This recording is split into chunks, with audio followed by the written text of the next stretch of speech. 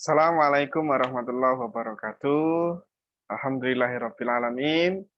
Gimana kabar anak-anak semuanya? Semoga semuanya baik-baik saja. Alhamdulillah, sudah kurang lebih setahun kita tidak belajar bersama.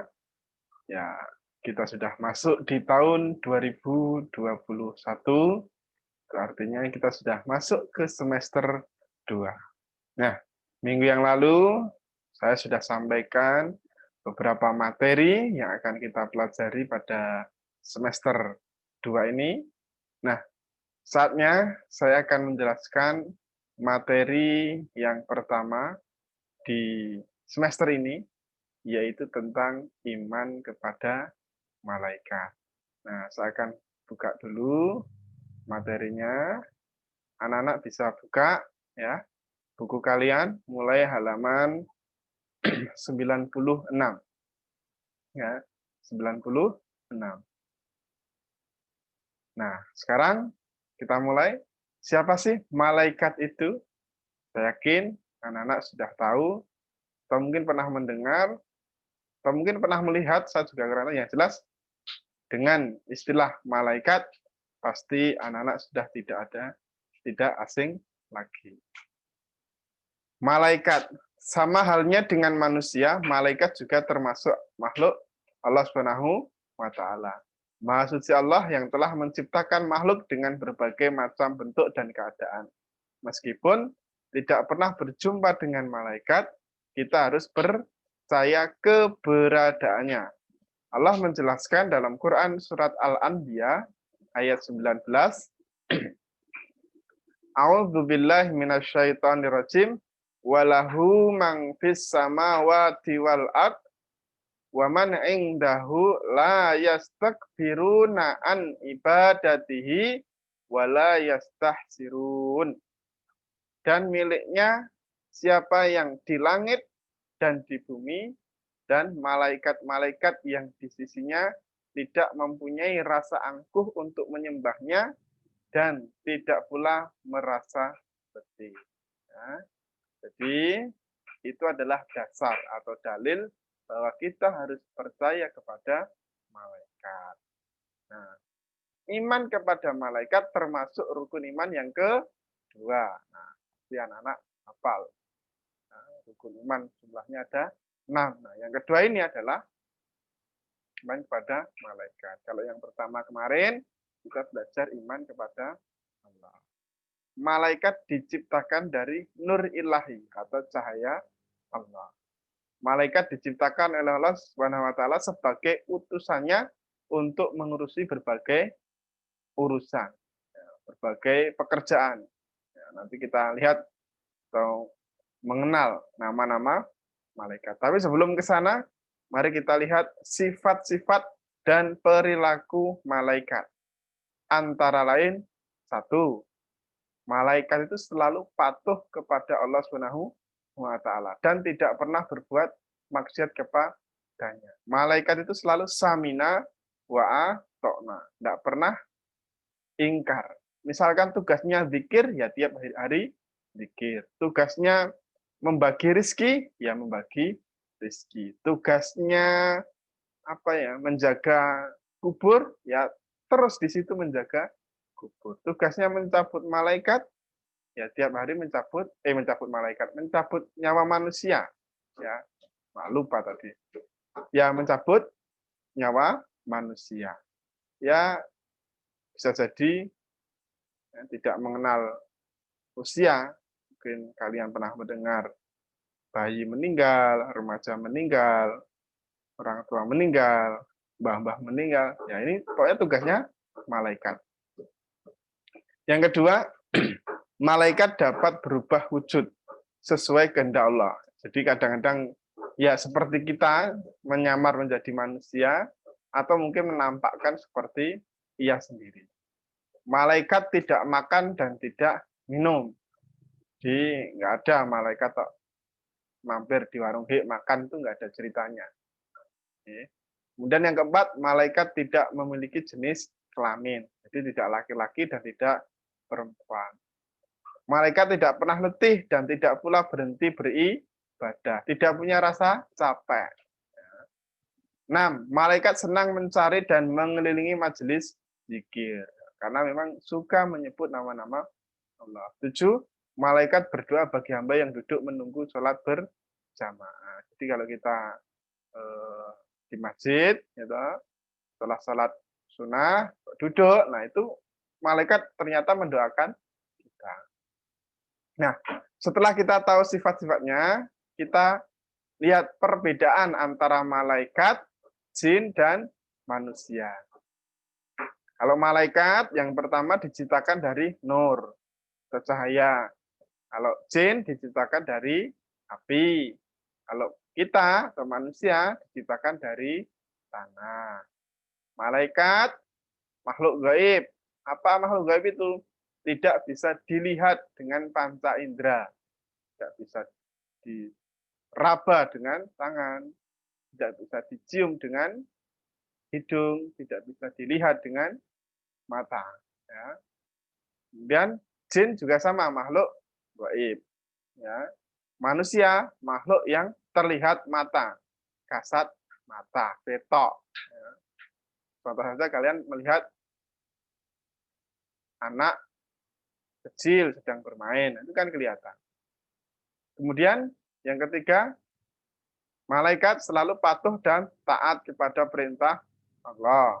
Kalau jin, ada yang patuh, ada yang durhaka. Sama dengan manusia, ada yang patuh, ada juga yang durhaka. Kalau malaikat yang keempat tidak makan dan tidak minum, tadi saya sudah sampaikan.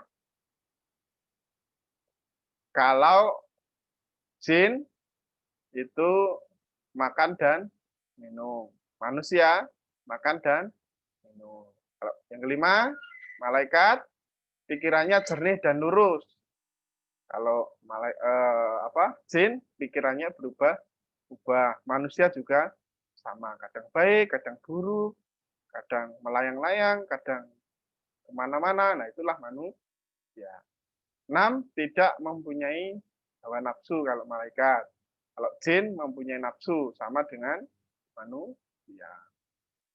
Nah, sekarang kita lihat tugas atau nama dan tugas malaikat. Sebenarnya jumlahnya malaikat itu banyak sekali.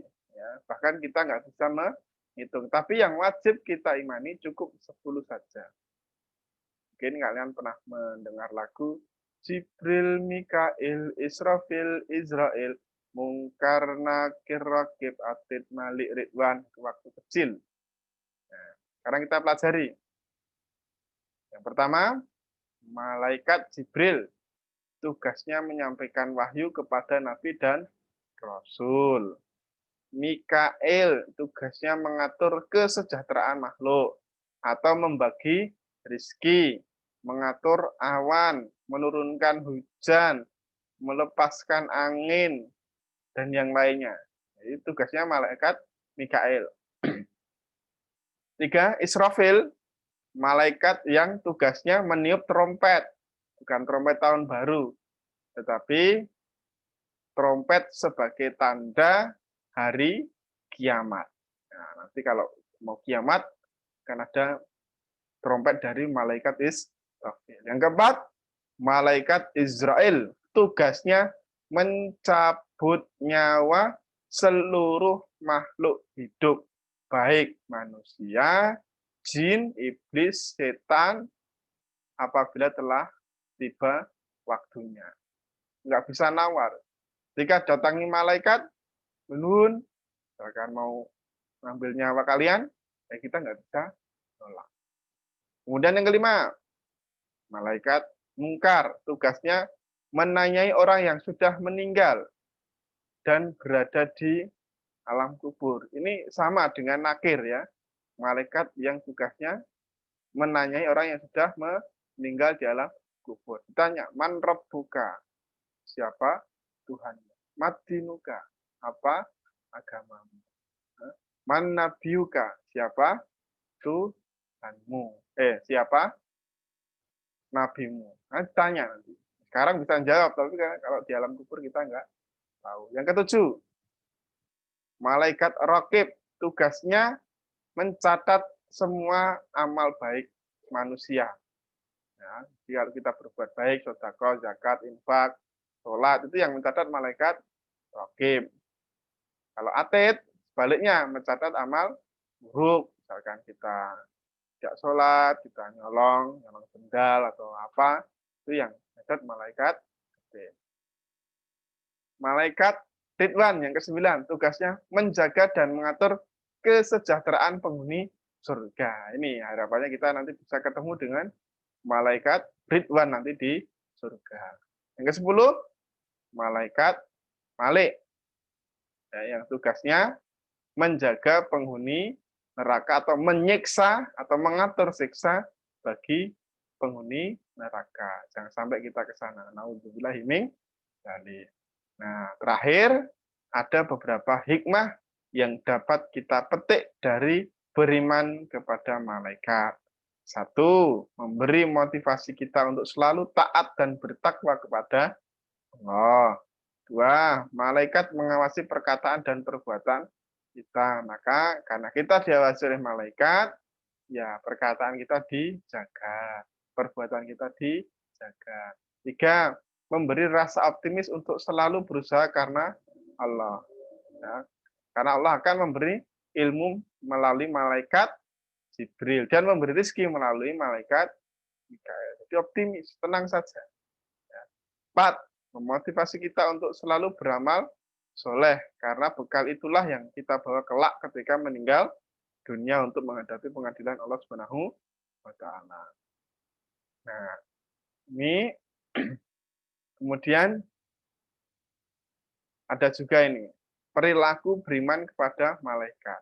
Kalau kita sudah beriman kepada malaikat, maka bentuk perilaku kita seperti apa? Misal kita beriman kepada malaikat Jibril, oh berarti kita sudah mencari dan memohon hidayah kepada Allah dengan cara bersyukur, berbagi ilmu.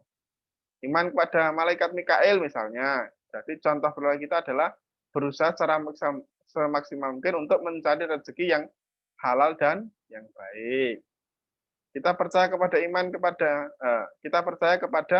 malaikat Israfil, berarti bentuk sikap kita adalah selalu memohon kepada Allah agar diselamatkan dalam menghadapi musibah dan huru-hara dunia.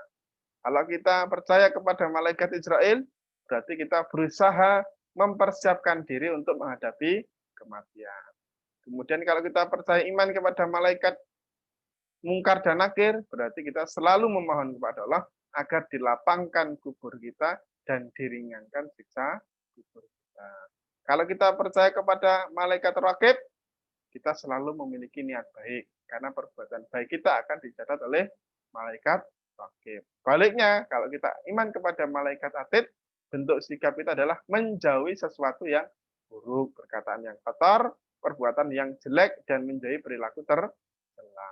Nah, kalau kita percaya kepada iman kepada malaikat Ridwan, berarti kita selalu memohon kepada Allah agar masuk surga dengan aman. Sebaliknya, kalau kita percaya kepada malaikat Malik, berarti kita selalu memohon kepada Allah agar terhindar dari siksa api neraka.